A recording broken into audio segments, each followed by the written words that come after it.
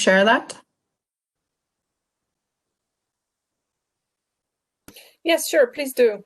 Yeah. I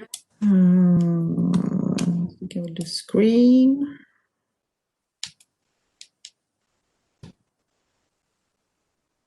I can see it. Very good. And then I just do slideshow, I can see your screen for the moment. Yeah, and then I do like this. Yeah. Very good. Works. Perfect. Seems to work to the end. Very good. Okay. And then I just... Yeah, and Emmanuel? Sorry, Malin, sorry. Go ahead. No, I'm fine. I will just now... how do I... here, stop sharing. Okay. I will perform a great suggestion and also share my test. Yes. I wanted just to ask you now to try. Does this work?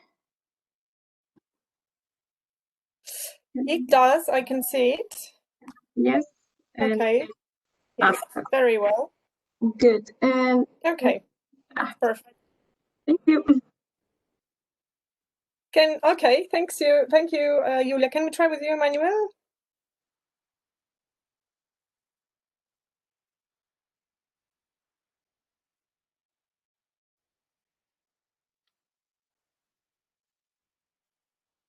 It's coming. It looks like it's coming.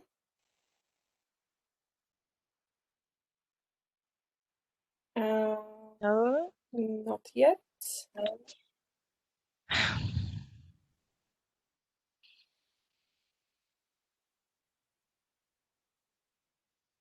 Damir, hi. I'm so glad to see you. Well, sorry, it must be the browser thing. I could not connect somehow. So here we are. Hello, everyone. Everybody's on time, apart from the moderator. Hello. Now we can see your screen now, Emmanuel. It works. It's okay, thank you. Yes, Emmanuel, for this, I saw some of the last slides had a font issue. I had, because I think because you sent the PowerPoint version and you sent a PDF version, and on the PowerPoint version I also had problems with seeing some letters. So maybe I wonder if it would not be better if you display the PDF version. Okay. If it's not a problem, because then maybe it's just, I don't know, a poor version of the program that we have here or something. Is it okay? Yes. Okay. Perfect. Okay. Thanks a lot. Okay. So we start at 2, no? Yes. Nothing changed there. Yeah, so we will have participants joining at 2. Were there plenty of them already here with us? Okay, I'll go back to the title screen then. Yes. Yes, please, if you could, Hyrule.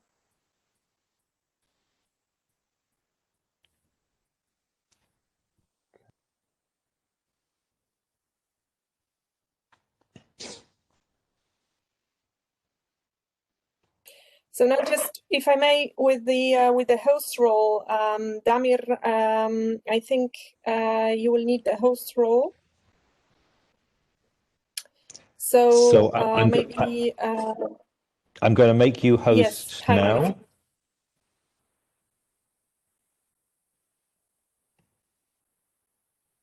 There we go. And we're both co-hosts now. Perfect. Okay. So just don't quit before the end, please. I think as long as one of us stays on, we're okay. Okay. Oh.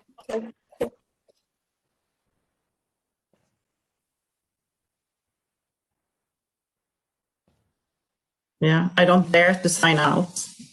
Yes. It's better to be here.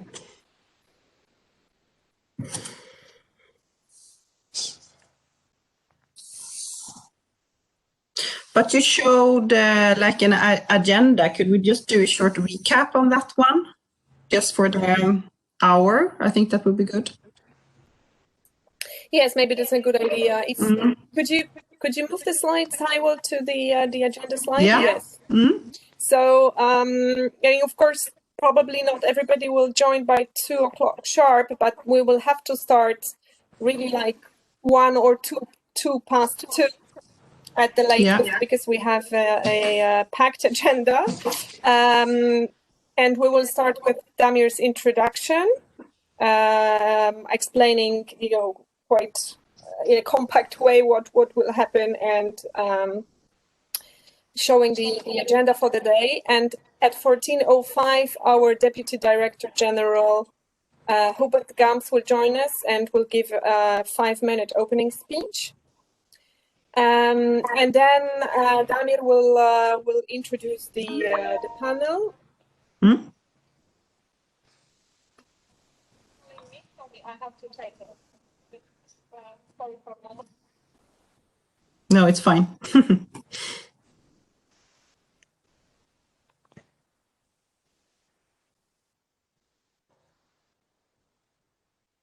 But going through agenda, just if you wanted, so I will basically present you the 3 speakers and kind of with one sentence lead you into your presentation. So please try to be within 10 minutes so that we get to 2:40.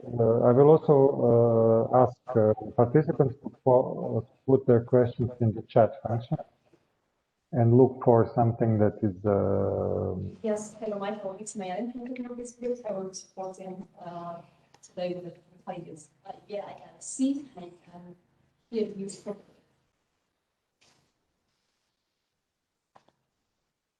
Okay.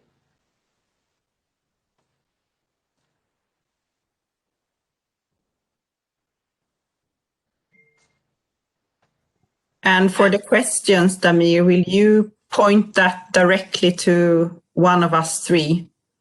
Yes. Yeah. So we know. Let's see what we get in chat, but I have some of my also. Yeah. I looked at your presentations; they're very nice, and they're not. I mean, there are how to say distinguishing features in them that can be used for this purpose. So yeah. To... Yeah, that's good. So you will target the questions to us, so we know. Yeah. I think that's easier, so we know which one of us you want to answer. Yes. Yeah, super. We'll announce the platform that starts tomorrow. Yeah. And also invite everyone to join the plenary with the link they used for morning. So that's what I have at my task list. It will be great.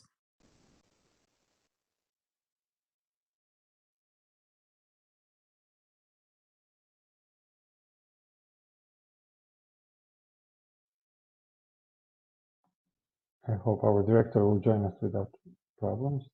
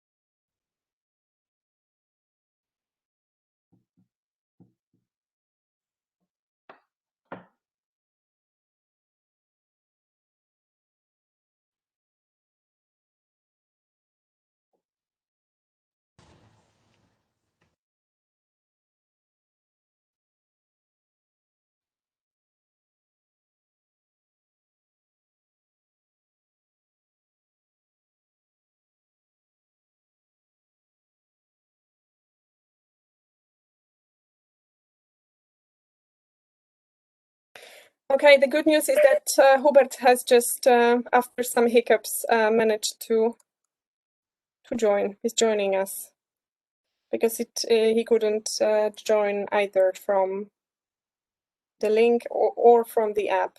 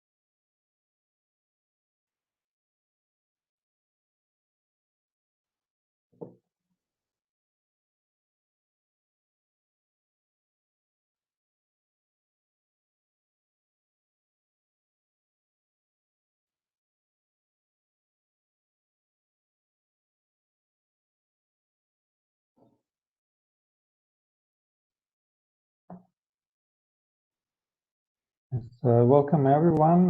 We will wait for another 2 minutes for other participants to join for our circular economy to revitalize retail discussion this afternoon is a parallel breakout session. I would like to ask you for your patience for another couple of minutes. The participants are still coming in. Thank you.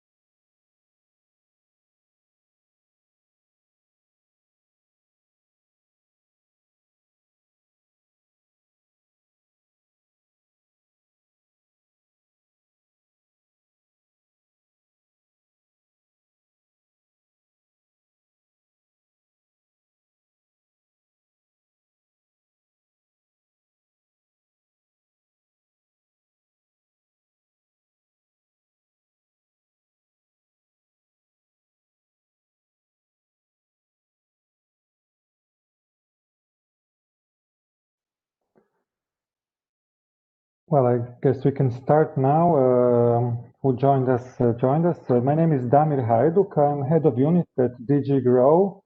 Welcome everyone. Today we will talk about the circular economy in retail. Welcome to the breakout session of circular economy to revitalize retail. I will have today here with me 3 experts on circular economy in retail. And we will be having our introductory speech by our Deputy Director General of DG Grow, Mr. Hubert Gams. So just a few information regarding the house rules for you. So try to keep your microphone muted. If there will be noise, you may get muted by our technicians in the process. Also, there will be a session for questions that you will be asked to put in the chat function of WebEx. We will choose one of the questions for our participants. This session will start at 2:40, just before the end of our 1-hour discussion, and then we will wrap up just before 3 o'clock. I hope we're going to have a fruitful discussion and learn about the circular economy in retail and how circular economy could revitalize retail. Without further ado, this was the agenda for this session. I would like to introduce our opening speech by our Deputy Director General, Mr. Hubert Gams from DG Grow, who is here with us. Please, Hubert, the floor is yours. Thank you, Damir. Good afternoon, ladies and gentlemen, dear participants. Thank you for joining us virtually here today. You might wonder what is linking the circular economy and the revitalization of retail and wholesale. Is this the right time to discuss circularity in retail? Well, my answer definitely is yes. This challenging time seems very suitable for important changes. The retail ecosystem is a vital and essential part of the European economy. It is also a crucial element of the everyday life of millions of EU consumers. Retail and wholesale came under extreme pressure due to the pandemic. Precautionary measures put in place across member states, as well as changes in consumer demand, caused important disruptions. And unfortunately, the future remains uncertain. What is certain, though, is that the retail ecosystem wants to recover and that it needs support. Cooperation is key to that, to help repair the economic and social damage that is still being brought upon us by the coronavirus pandemic. This recovery will have to be digital and green. And the European Green Deal will play a central role in Europe's post-COVID revival, recovery and growth. The EU economy should also re-emerge as more resilient to future shocks, another lesson that we have to draw from the crisis. And here is exactly where circularity steps in, because the more we reuse, the more we should be resilient to disruptions in value and supply chains. As you know, the Next Generation EU recovery package will make a sum of 750 billion euros available, and a large part of this will come in loans and grants under the Recovery and Resilience Facility to support investment towards green, digital, and resilient EU economy. Certainly, this opportunity cannot be missed. Investing in the retail ecosystem will contribute to the sustainable development, and it will make businesses more digitally advanced and more innovative. The circular economy is a significant part of a green transition, and retailers and wholesalers are important contributors to the circular economy. We will hear today from representatives from IKEA, REWE and La Redoute how the three companies with a very different profile approach circularity in their daily business. They not only redesign their operations and products, but they also approach their customers and nudge them towards sustainable choices. Wholesalers, retailers, and other businesses in the retail ecosystem also drive circularity in the area of packaging, eco-design, recycling, waste reduction, and many more. But as it happens in circularity, the relations and impacts are not one way. Retail and wholesale businesses not only contribute to the uptake of the idea of the maximum reuse of resources, they also benefit from the concept. The circular economy makes sense also from the business perspective. I'm convinced about that. And it can be profitable. It can help retailers and wholesalers build their own resilience for the future. It is clear that investment is needed. The reorganization of supply chains, the development of new products and business models, the reskilling of workers, it all requires efforts, big efforts. A greener and more eco-friendly infrastructure and business practices might not seem the obvious choice in the current and instant recovery phase, but they definitely are the future of the retail ecosystems. Companies already have substantial know-how and they show willingness and commitment. But to make it all work, we also need a strong single market. Investment has to have the right framework conditions, and it should not be blocked and hampered by cross-border obstacles. This is particularly relevant for retailers and wholesalers because they depend on sometimes very complex, but definitely very often cross-border value chains. An integrated single market without unnecessary barriers is therefore the key driver for recovery. So to conclude, the crisis is highlighting the need for the retail ecosystem to modernize and to use multiple channels to reach consumers. But it also makes us think about a more sustainable consumption. Investing in the twin transition of green and digital towards more digitalization and sustainability helps us to shape the future for our children we would wish for. Now, I'm very much looking forward to learn about circularity in retail on the ground. Let's discuss how it can help to revitalize retail. I wish you a very interesting debate. Thank you. Thank you, Hubert. This was a very informative introduction to our topic today. And now, directly from the companies themselves, I will call Malin Nordin, Head of Circular Business Development at IKEA, to tell us more about the overall approach of the company to the circular economy, and in particular about the product design, material innovation, customer experience, and the reinforced change in the society driven by COVID, as well as single market issues. Malin, the floor is yours. Thank you very much for being with us here today. Yeah, thank you so much, Damir. So I will share my screen so you can also see a little bit more what is happening from an IKEA perspective. So being then the responsible for Inter-IKEA Group to lead the transformation for IKEA becoming a circular company by 2030 is my assignment to support and lead all IKEA organizations. And I hope most of you are familiar with IKEA. And we are a large home furnishing retailer. We're operating in 52 markets.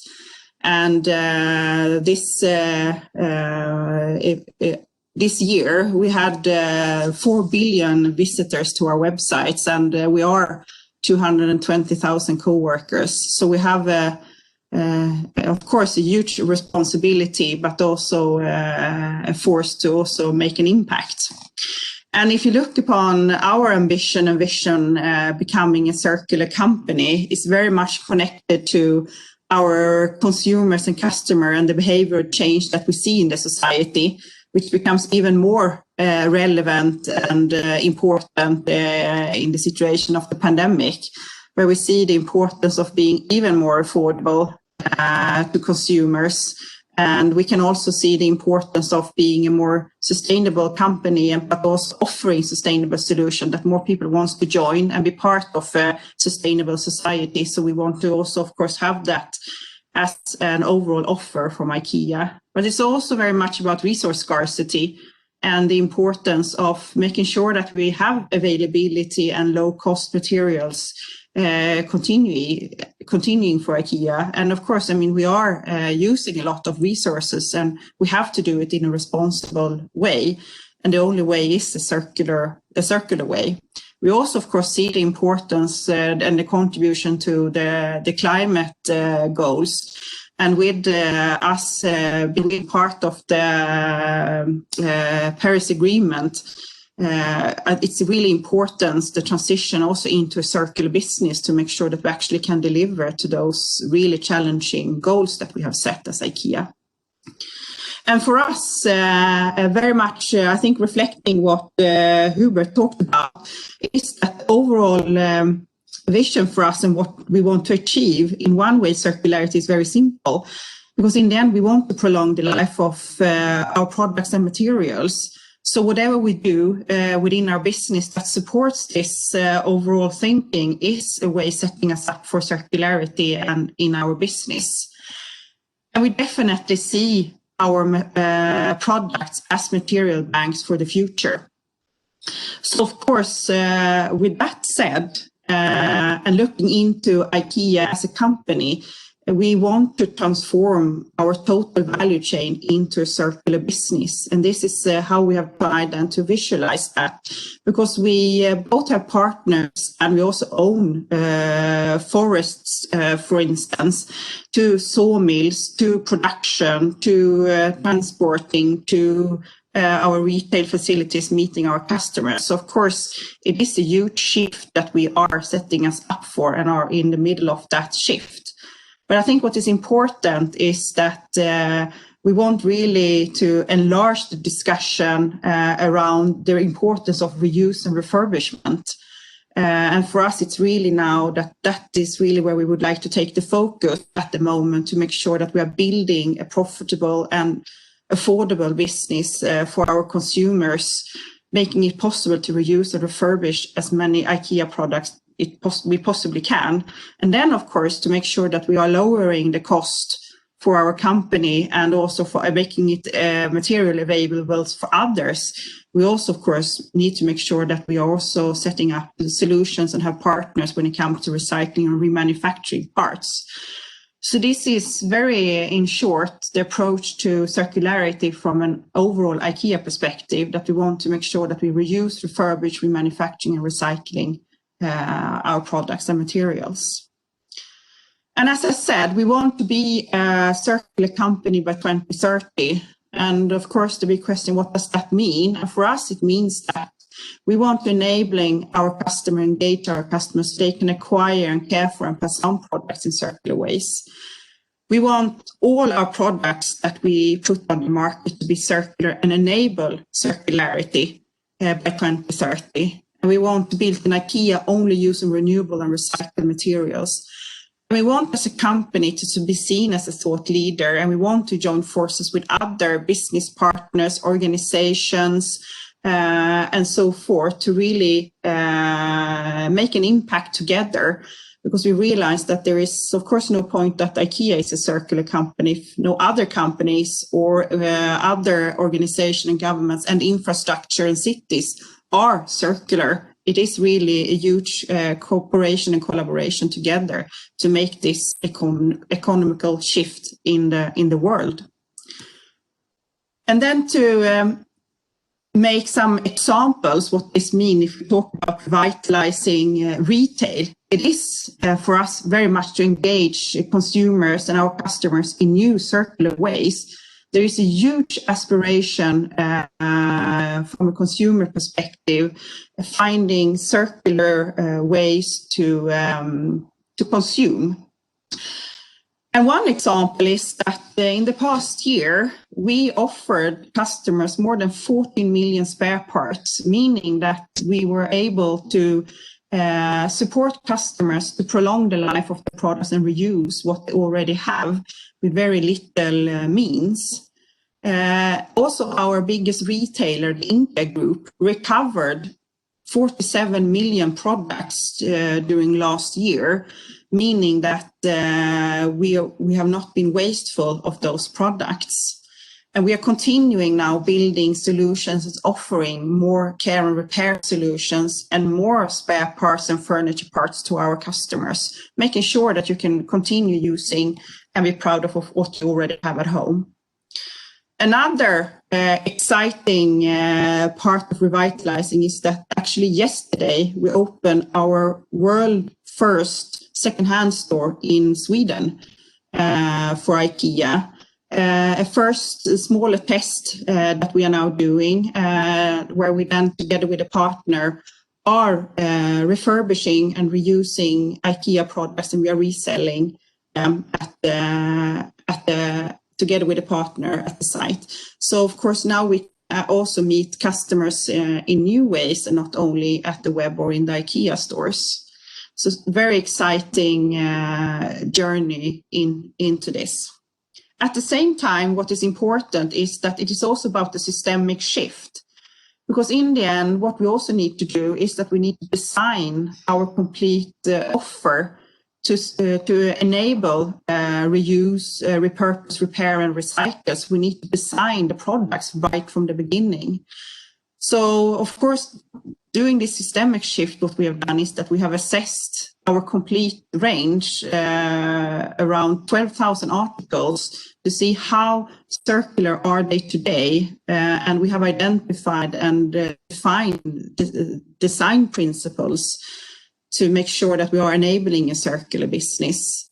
So with that, we actually now have a roadmap understanding what do we need to develop and invest, making sure that our products are designed for reuse, refurbish, remanufacturing, and recycling. And that is really an exciting journey that we are into, and we are learning, of course, on a daily basis. At the same time that we see from an IKEA perspective, it is our way forward, and it is as exciting as when we did the flat pack many years ago. It is really a huge shift for the company. Thank you very much. Thank you very much, Malin. Indeed, some big changes going on in IKEA and some ambitious plans for the future for circular economy.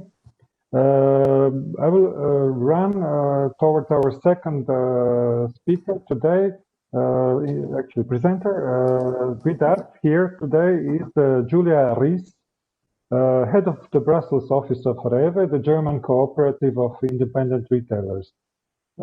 Slightly different perspective, but also very interesting will be to hear how food and non-food packaging adapts to the circular economy, how COVID-related issues that had an impact on the functioning of REWE business invest in security, and also what single market issues may be if there is any impact on the level playing field between the online and brick and mortar.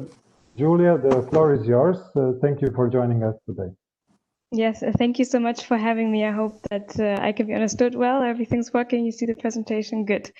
Maybe just before I go into the topics mentioned by Damir, I just wanted to briefly give an overview of what REWE Group is and what belongs to REWE Group. So we are a cooperatively structured retail and tourism group with 360,000 employees in Europe. I will be focusing on the retail sector, and there we're active in mainly the food retail. We're in 10 European Union countries as well as in Russia, and we in Germany we also have DIY stores. And before I start with a few examples from our business, I just wanted to give an overview of our approach to sustainability, which is a strategic element of our business strategy. In 2008, we set up 4 pillars for sustainability, each with their goal in order to ensure that all the business parts of REWE Group are increasingly implementing measures towards attaining these goals. And today I will focus on the green products and the circularity element. So in retail, in fast-moving consumer good retail, and especially in food, the main focus on circularity is on packaging as well as on prevention of food waste.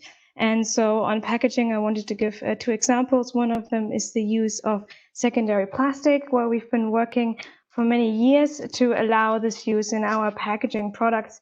And some of you may know the use of recycled materials from PET bottles in Germany is quite well established from the deposit return scheme, but we also collect plastic in a different scheme, like other plastic garbage in the German yellow bag, and there it's very challenging to use that for recycled materials for packaging. So together with other partners, and as we mentioned several times, cooperation is key. We've invested since 2012 in new technology to allow this use, and we've already come quite far. So today, in our own brand products in the care and cleaning segment, we already have 94% of the packaging is from recycled materials, and 20% of that from the German yellow bag, so the challenging part. And we hope that by end of next year, we will achieve 100% of recycled packaging content for these segments. Another element is that we are continuously nudging our consumers towards trying out new reusable systems to completely get rid of packaging. And as you've also seen them in Belgium and Germany, we had also introduced the nets for fresh fruit and vegetable section. In our click and collect, we have return system with boxes. So when consumer orders online and picks up at our stores, there is no packaging waste, but it's a return system with boxes. And we are currently trialing in the west of Germany together with a small startup called Vital. You see the boxes here, a deposit return scheme for our salad bar and the convenience products. And the startup is using an app-based process, and they're picking up the boxes for cleaning with bikes. So we're trying to make the whole thing as sustainable as possible. And so we're continuously testing and trying out with consumers new systems to ensure circularity here.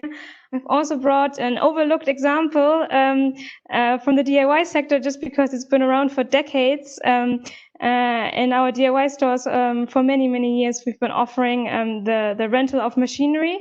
So consumers can look what kind of machinery is available also for rental if they have any DIY projects, so they do not need to buy any of this equipment, because often it's also used only very rarely.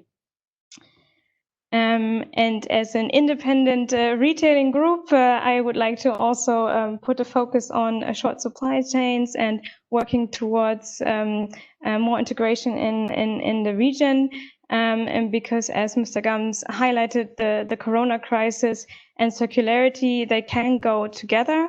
And as an independent retailer, we are quite firmly rooted in our communities and regions.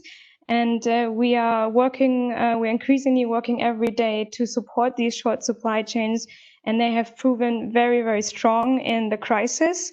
One of the things we have put in place at the beginning of this year, it was a local partnership that entails certain rules that we will adhere to when we buy from local and small suppliers, as well as support structures that we offer suppliers. And we have put in place an independent ombudsman that will ensure the implementation of this. So if any of the suppliers has any concerns, they can reach out to him anonymously, and he will try to find solutions on their behalf. And I mention this because these short supply chains have fostered a lot of cooperation during the crisis. So one of the elements in the partnership is that we state that we will be supportive in times of crisis, and that we will find solutions on a case-by-case basis. And we've only written this down and published it in the beginning of the year, but soon it became very relevant just a few weeks after we had published the partnership. And I want to mention just a few things. One example from a local retailer is a project with his mussel supplier, who noted to him all the stocks he has because of the closing of the HoReCa sector. And now he's planning a whole week around the theme of eating mussels at home with good wine. And so taking a huge part of the stock that was meant for the HoReCa sector via the retail sector.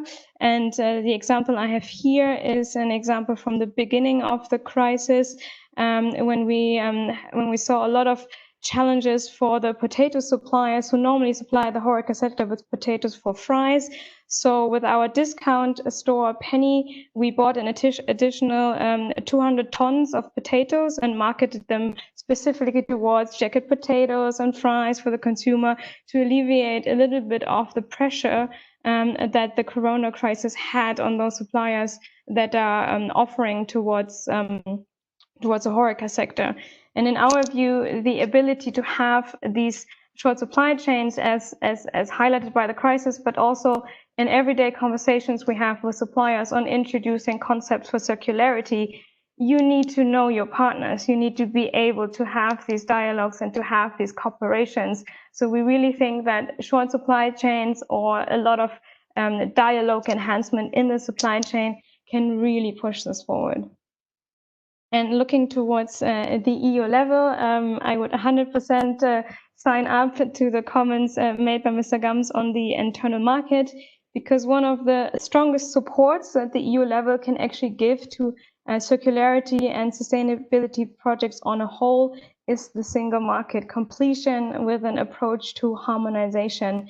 And because in a lot of these products, when we start speaking with the supply chain on what could be potential ideas, what's important is strategic foresight to see what is coming, in which direction is regulation going, where is the European Union going, in which basket will you put your eggs at the European Union, so you invest in the right direction, and especially in sustainability and the circularity project, they have a high investment need. So we need some investment security, and we need to be able to scale it, especially if you look at the internal market. If we have different approaches across member states, that becomes very challenging in terms of scalability. Maybe one concrete example would be the conversation around bioplastics, where it would be nice to have some harmonized approach at EU level towards bioplastic. When are they sustainable to be used? Because that would help also recyclers and retailers and producers to really adapt towards those situations and to use them then when they are of advantage. And the last element is legal certainty. So the earlier there's communication in which direction, the better. And the most questions I get on the European Union legislation is, how is it defined? Will the Commission bring out guidance? So it seems sometimes so small, but these things, clear guidance in a timely manner, are just really helpful in implementing the ideas and the strategic direction that the European Union gives to all the operators in the chain. Thank you. Thank you, Julia. This was a very interesting presentation as well. I learned some new words like recycled, and of course, this standardization could help everyone to make investments because it would provide for some certainty. Nudging customers, I think this is important because without the customers, we will not reach the goal. So they too should get involved, and this is one of the topics that will be also touched slightly by our next speaker, Emmanuel Mercier, Sustainability Policy Officer at La Redoute, the French online retailer. Now, Emmanuel will talk about the digital transformation of the company and also the creation of the hybrid model, another new word. So I will not reveal everything what is in Emmanuel's presentation, but please, Emmanuel, take the floor. We're very happy to have you here today. Thank you.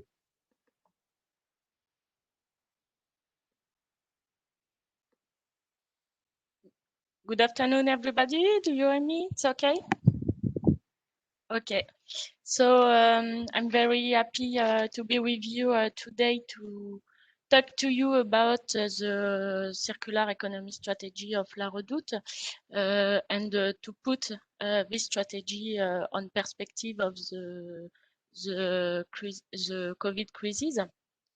So La Redoute is an online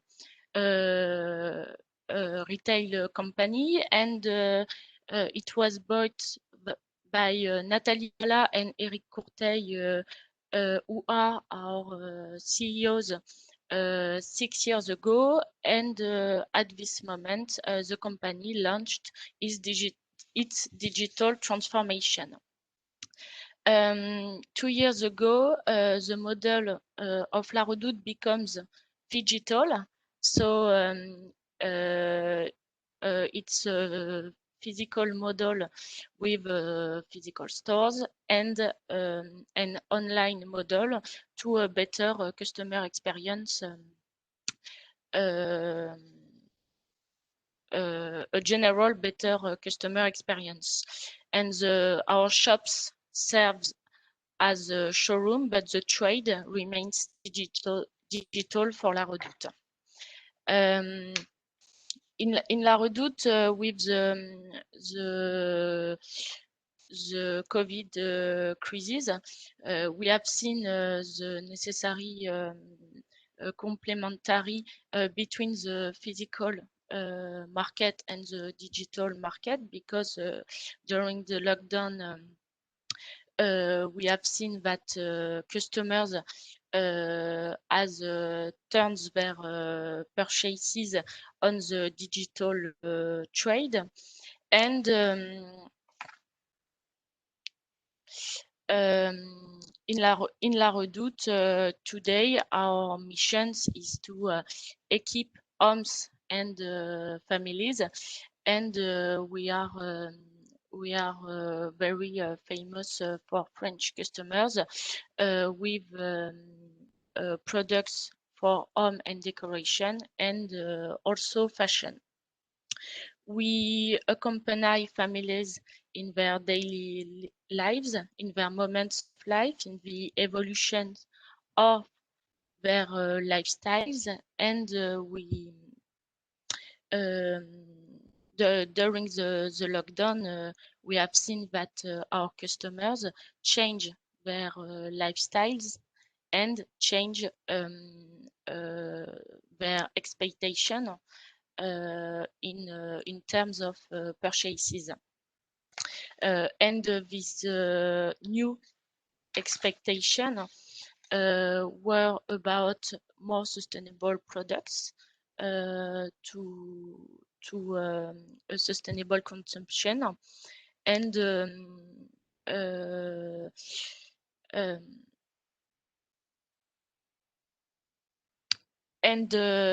in a parallel time of this expectation, we have in France the law of circular economy, which forbid the destruction of products, and in La Redoute we have stopped to destroy product 10 years ago.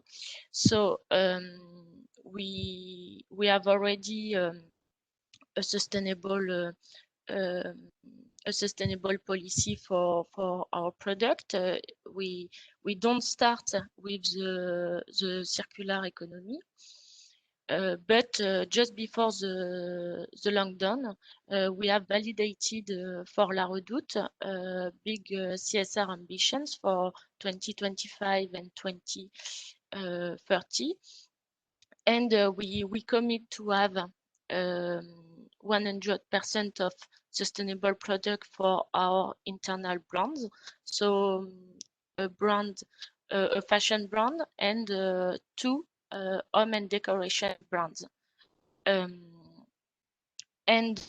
we will be a 0 single-use plastic company by 2030, and we will be a carbon neutral company by 2030, because we have decided to join the methodology of Paris Agreement.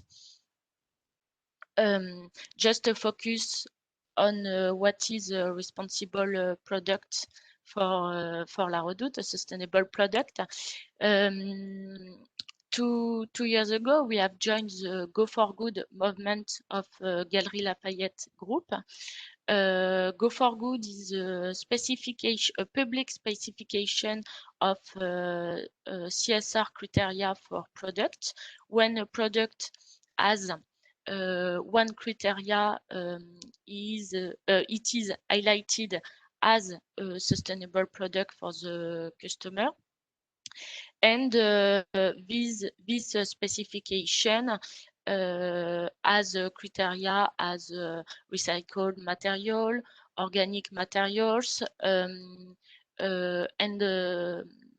sustainable end of life, or social condition in the product. Go for Good is the base of our CSR strategy for the product, but we are working on an eco-conception standard, internal standard, to develop the reparation for furniture. Today we have 38% of the fashion collection which is Go for Good. We have also 43% of the collection of the first brand of home and decoration, which is Go for Good, and we are working on the raw materials, but also on the transport, because we developed the Made in Europe and the Made in France, and today we have 100% of our beds which are manufactured in France. Concerning our second brand of home and decoration, so AMPM, 28% of the collection today is Go for Good. We have developed the Made in Europe with 29% of the collection which is Go for Good, and today our sofas are produced at 10 kilometers of the headquarters of La Redoute.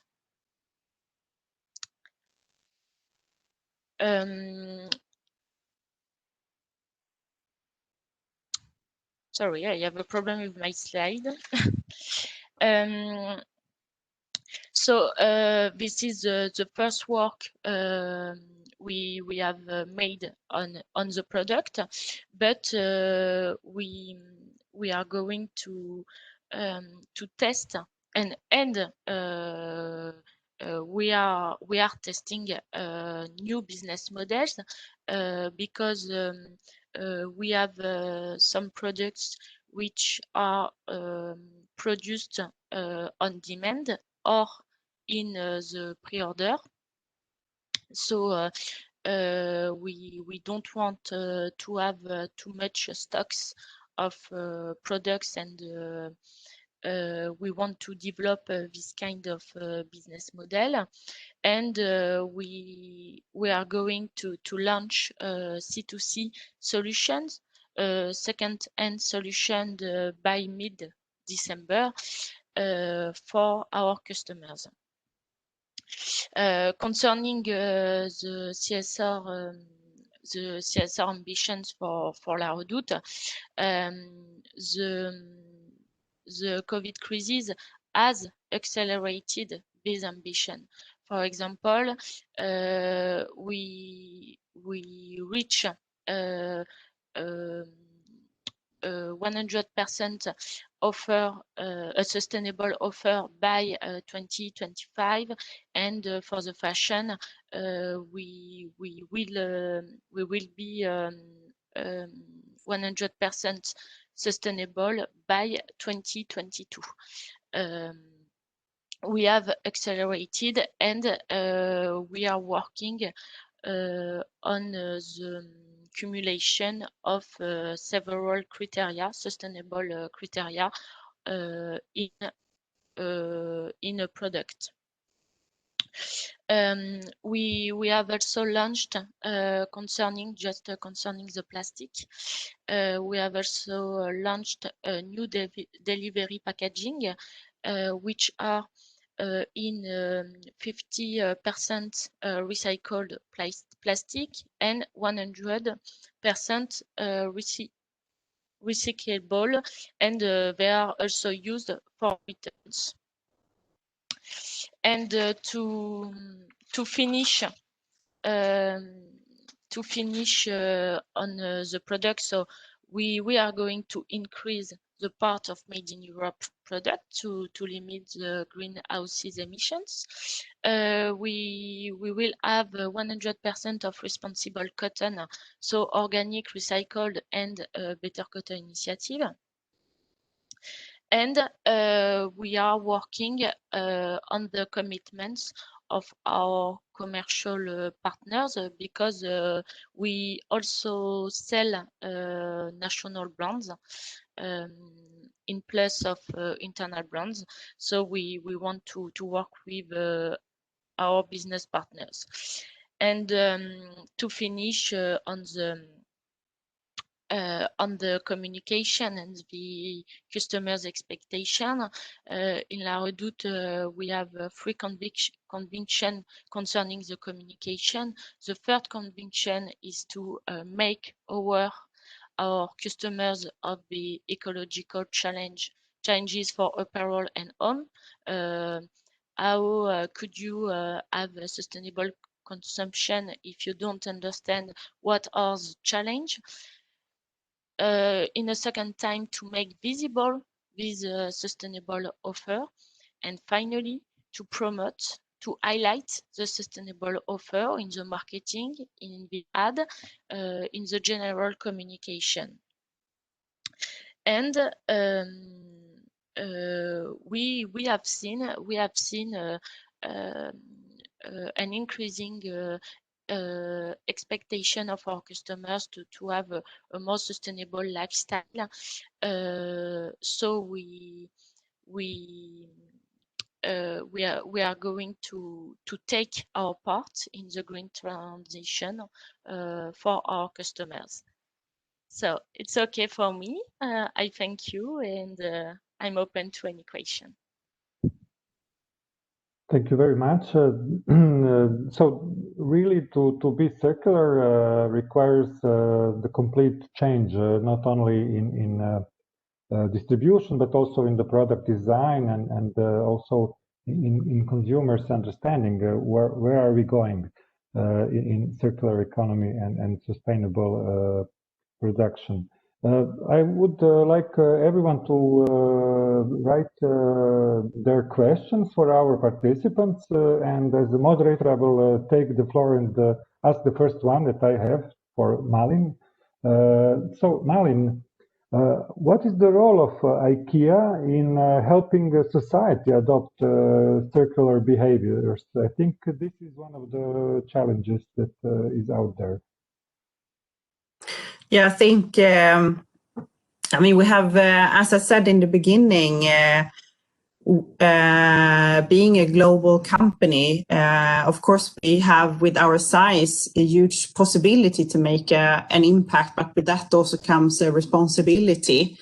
And of course, with being a home furnishing retailer, with our products and solutions, we can, of course, very much show the way of how to live more sustainable, more circular, and also at the same time we can see that that is also the expectations from the consumers. I think it's also important for us to be partner up and working together more with other companies, and I think it's very much also connecting to local partnerships together, setting up a different way of an infrastructure that supports convenient solutions for the consumer to reuse and reuse the materials, recycling and so forth, because we often find that there is a huge willingness and no one wants to be wasteful, but there is huge lack of knowledge, time, convenient solutions, or it's very expensive.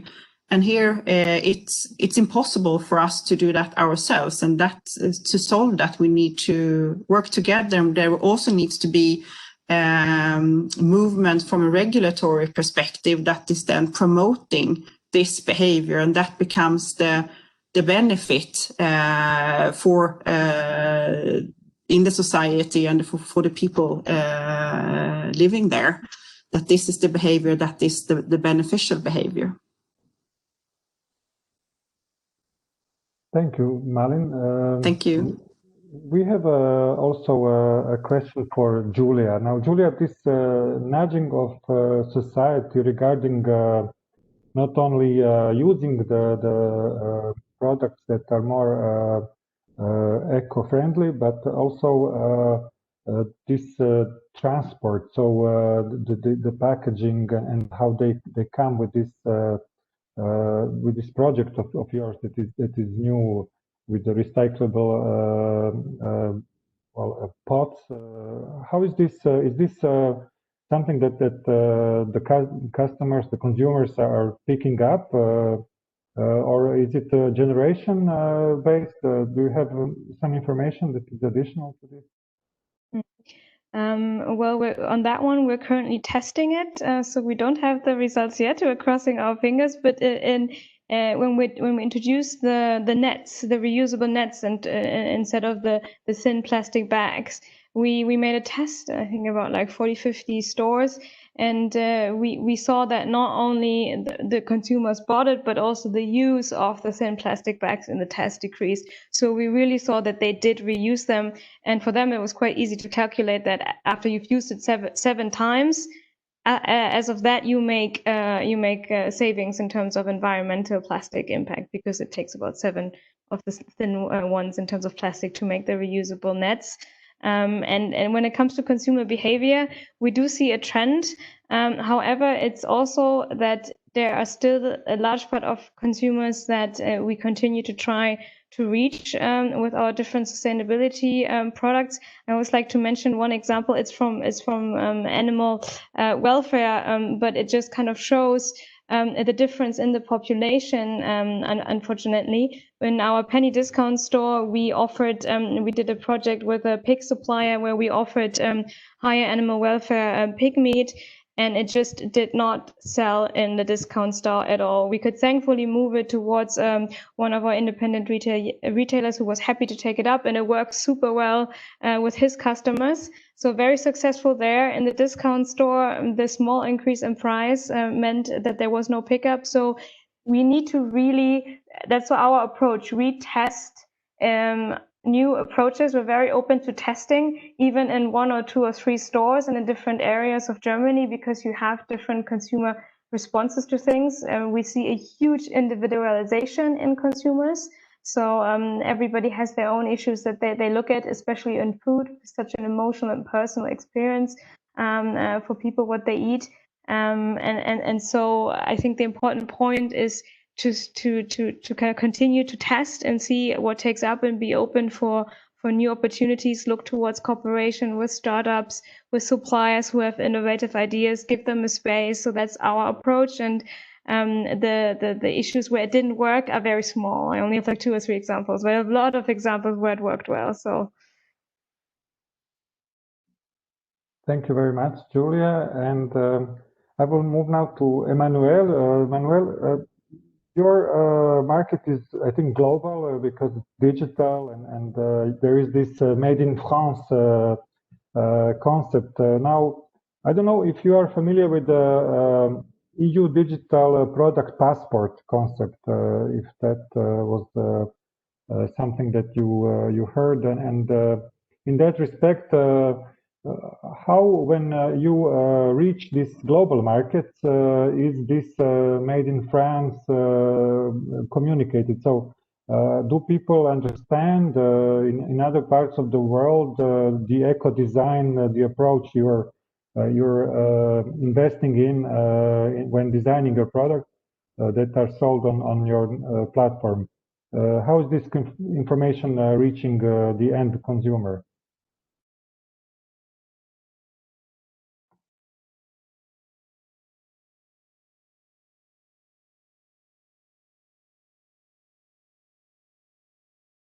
We cannot hear you. Yeah. Sorry. So concerning the digital product passport, I'm not an expert, so I'm not going to say mistake. I just heard of it, so I think that this passport could be a good thing for some kind of product, but when we sell fashion, furniture, decoration, I think it's difficult to industrialize the concept in a first step. But why not? It's not a new thing for us, because we are make collection of data about our products for the notation app, etc. It's not a new thing for us. But concerning the eco-design, and we have suppliers in Asia, Europe. Today, our conviction is to make everything we can do immediately.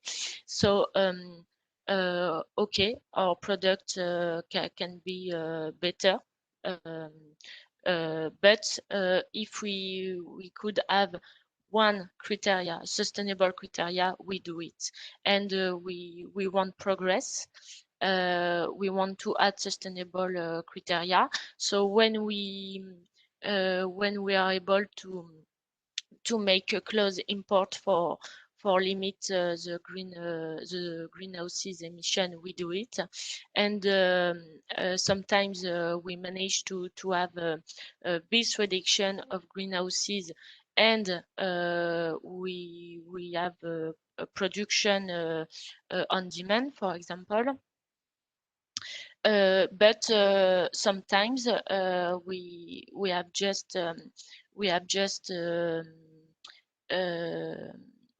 one criteria, because if we want to have made in Europe production, the raw materials come from Asia, so there is a problem in the transport before the fabrication of the product. So everything we can do, we do it, and we work in the long term for eco-consumption. Thank you very much, Emmanuel. This discussion, I think, revealed a little bit of how immense this change or systemic this change is in businesses of retailers, but also in product production, in design of products. And I hope this cooperation between private and public sector will make it even more feasible going forward in respect of the investment needed and of course certain regulatory initiatives like the ones that have been mentioned in terms of standardization of plastics. So I would like to thank our speakers for today. It is now 3 minutes to 3. Unfortunately, we could talk for hours on this topic regarding this topic, but it's a limited time. And I have also a couple of messages for our audience. So starting tomorrow, but you can reach it already today. There are EU circular talks on retail revitalization. The colleague of mine will put the link in the chat function for you to see. You also received it in your welcome pack when you were registering for the conference. So these talks will be launched tomorrow, but it will of course be a platform that will talk about the European circular economy. So EU circular talks, please be active and your opinion matters. Apart than that, you will also be able to come back to the plenary session by using the link that you were using for the morning session. So I'm very happy that we managed in time. Have a nice day, all of you, and thank you again for all the participants and the audience. I will slowly now disconnect and see you hopefully next year on the same event. Thank you. Thank you so much. Bye. Thank you. Thank you. Thank you. Bye.